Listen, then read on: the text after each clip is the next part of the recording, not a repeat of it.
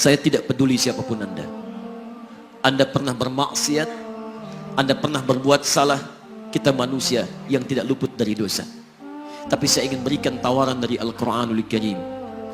Quran surah keempat An-Nisa ayat 100, posisi paling kiri sebelah bawah. Pernah ada orang berbuat maksiat yang tak terlukiskan.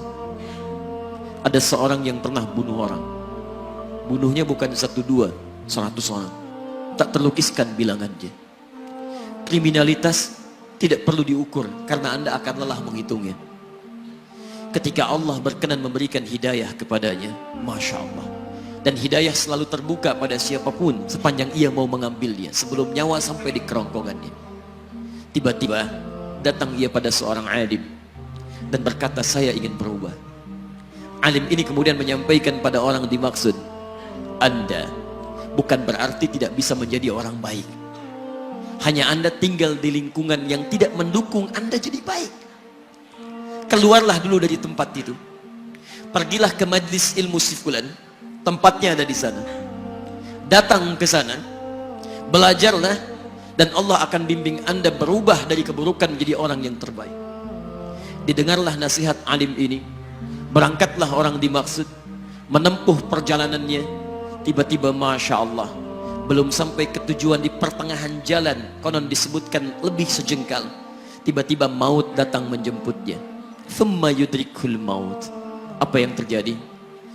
Langkahnya dihitung sebagai ibadah. Dalam terapnya dia beristighfar, tobat kepada Allah subhanahu wa ta'ala.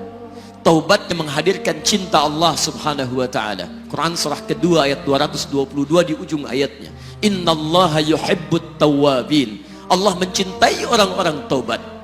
Dan cinta Allah menghadirkan ampunan bagi seluruh dosanya. Quran surah ketiga Ali Imran ayat 31, paling kiri sebelah atas. Qul in kuntum tuhibbunallaha fattabi'uni yuhibbukumullah. Allah cintai orang yang mau taat pada Rasulnya. Lihat, ketika Allah mencintai seorang hamba, wa yaghfir lakum dzunubakum, Allah ampuni seluruh dosa-dosanya. Derap langkahnya menghadirkan istighfar, taubatnya menghadirkan cinta Allah menghadirkan seluruh ampunan bagi dosa-dosa yang ia miliki. Maka apa yang terjadi? Di tengah perjalanan maut menjemputnya, thumma yudrikhul maut faqad waqa'a ajruhu 'ala Allah. Dan pahala diberikan kepada orang tadi. Di jalan, maaf, maut datang, taubat diterima, dosa diampuni, dan amalan didapati dengan derap langkahnya. Maka apa yang terjadi? Thumma yudrikhul maut faqad waqa'a ajruhu 'ala Allah.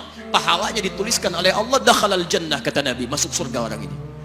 Anda bisa bayangkan, pernah bunuh orang 100 orang, mabuk tak terlukiskan, kriminalitas tak perlu dihitung. Ketika dia mau bertobat, datang ke majlis ilmu, Masya Allah, meninggal di tengah jalan, kata Nabi, dakhalal jannah. Bertobat diampuni dosanya, derap langkahnya ada pahalanya, dakhalal jannah. Turun ayat untuk melukiskan tawaran yang sama kepada kita. Wa may yuhajir fi sabilillahi yajid fil ardi muraghaman katsira was'a. Siapapun yang mau berubah kembali pada ketentuan jalan Allah, kalau dia masih punya batas-batas kehidupan, kami akan berikan kelapangan di sisa hidupnya dan kelimpahan-limpahan kenikmatan selama dia hidup. Wa may yakhruj min baitihi muhajiran ila Allahi wa rasulih. Namun bila ada di antara mereka baru ingin berhijrah, ingin berubah jadi lebih baik dalam pandangan Allah dan Rasulnya, tiba-tiba thumma yudrikul maut, baru keluar dari tempat dia tinggal, belum sampai ke tempat dia belajar, datang maut menjemputnya. Faqad waqa'a ajruhu 'ala Allah. Kami terima semua amalnya, kami ampuni dosa-dosanya, dan kami tuliskan namanya di dalam surga. Bila 100 orang saja yang pernah dibunuh oleh orang ini, pernah bunuh 100 orang, mabuk tak terlukiskan, kriminalitas tak terhitung, mau berangkat ke majlis ilmu, tak sampai ke majlisnya, meninggal dia, bisa masuk surga. Masa Anda yang tidak pernah bunuh orang? Ada yang pernah bunuh orang di sini? Boleh angkat tangan? Ada polisi di sini, langsung saya sampaikan insyaallah. Anda gak pernah bunuh orang, Anda tidak pernah mabuk, Anda tidak pernah berbuat kriminalitas seperti orang dulu. Salah, wajar, tapi pintu tobat terbuka untuk kita semua. Masya Allah, bedanya dengan orang tadi belum sampai ke majlis ilmu, Anda sudah hadir di dalamnya, langsung di rumah Allah, diberikan tempat yang terbaik, dan kita akan belajar. Kalau dengan semua ini belum mempermudah Anda ke surga, dengan cara apa lagi Allah mesti mengantarkan Anda ke surga?